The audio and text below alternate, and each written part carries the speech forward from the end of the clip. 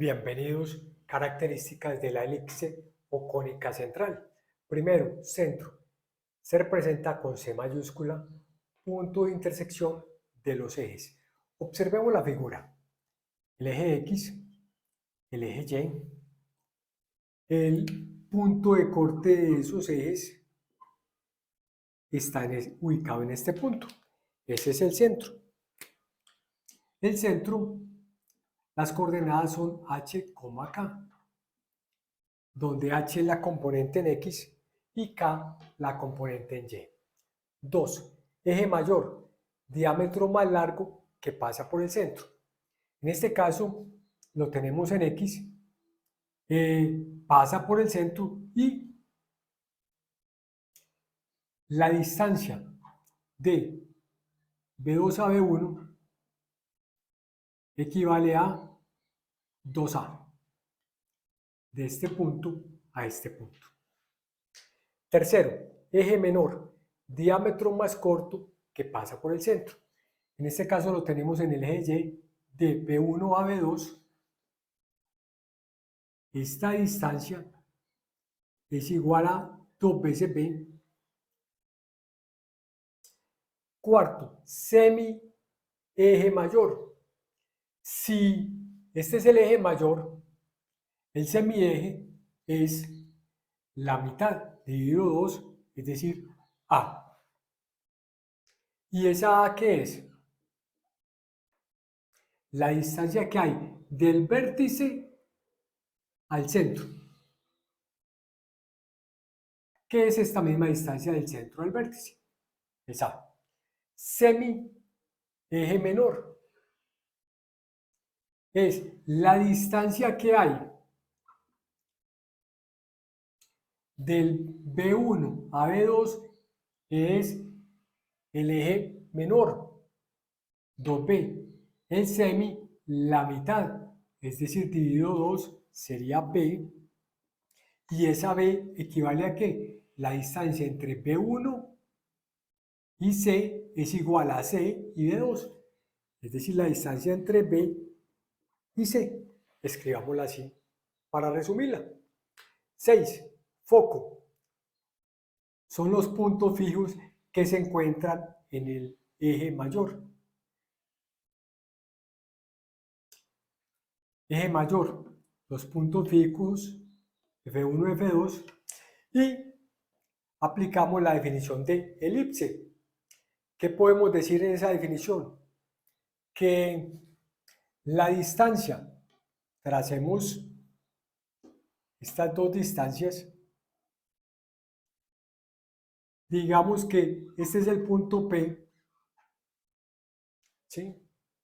La distancia entre el punto fijo, que es F1, al punto P, esa va a ser D1, y la distancia de un punto fijo, que es F2, al punto P, D2, la suma de esas distancias va a ser igual a la constante. ¿Y cuál es la constante? 2A.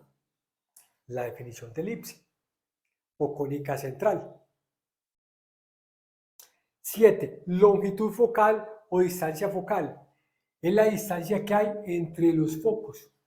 Pero antes tengamos en cuenta lo siguiente, de que la distancia entre el centro y el foco va a ser igual a C minúscula. ¿Sí? Entonces la distancia focal es entre F2 y F1 va a ser igual a 2 veces C. 8. Vértice. Son los puntos extremos del eje mayor. ¿Y cuáles son? V1, V2. Estos son los puntos extremos. ¿Sí? Y recordemos que ya habíamos dicho de que de aquí hasta acá tenemos que 2A. 2A. ¿Sí? Y de a este punto al centro es A, este punto a este es A. Extremos del eje menor. El eje menor, ¿sí? Ya habíamos dicho que era entre B1, B2. ¿Y los extremos quiénes son? Son estos dos. 10. Excentricidad E. La excentricidad nos dice qué tan achatada está la elipse, ¿cierto? Y está definida como C partido A. Recordemos que C es la distancia que hay del centro al foco, ¿sí? Esta distancia es igual a esta. Y A es la distancia que tiene el semieje mayor, es decir, donde están los focos. Para la excentricidad, yo tengo en cuenta ¿a quién? Al eje mayor. Este es un dato del eje mayor y este también. La excentricidad de la elipse varía entre 0 y 1. Fundamental. 11. Longitud del lado recto. La longitud del lado recto está dada como 2b al cuadrado sobre a. Ya sabemos que a es la longitud del semieje mayor, b longitud del semieje menor, ¿sí? ¿Y cómo se traza? Me ubico en el foco y trazo la cuerda, es decir, corta la elipse en dos puntos, 1 y 2, L, R. Y esa cuerda es perpendicular al eje de la elipse, o sea, al eje mayor. Como tengo dos focos, voy a tener dos longitudes del lado recto iguales. Supongamos que la longitud de esta elipse del lado recto es 10. La distancia desde L hasta el eje 5 y desde el eje hasta la elipse en este punto 5. 5 más 5, 10.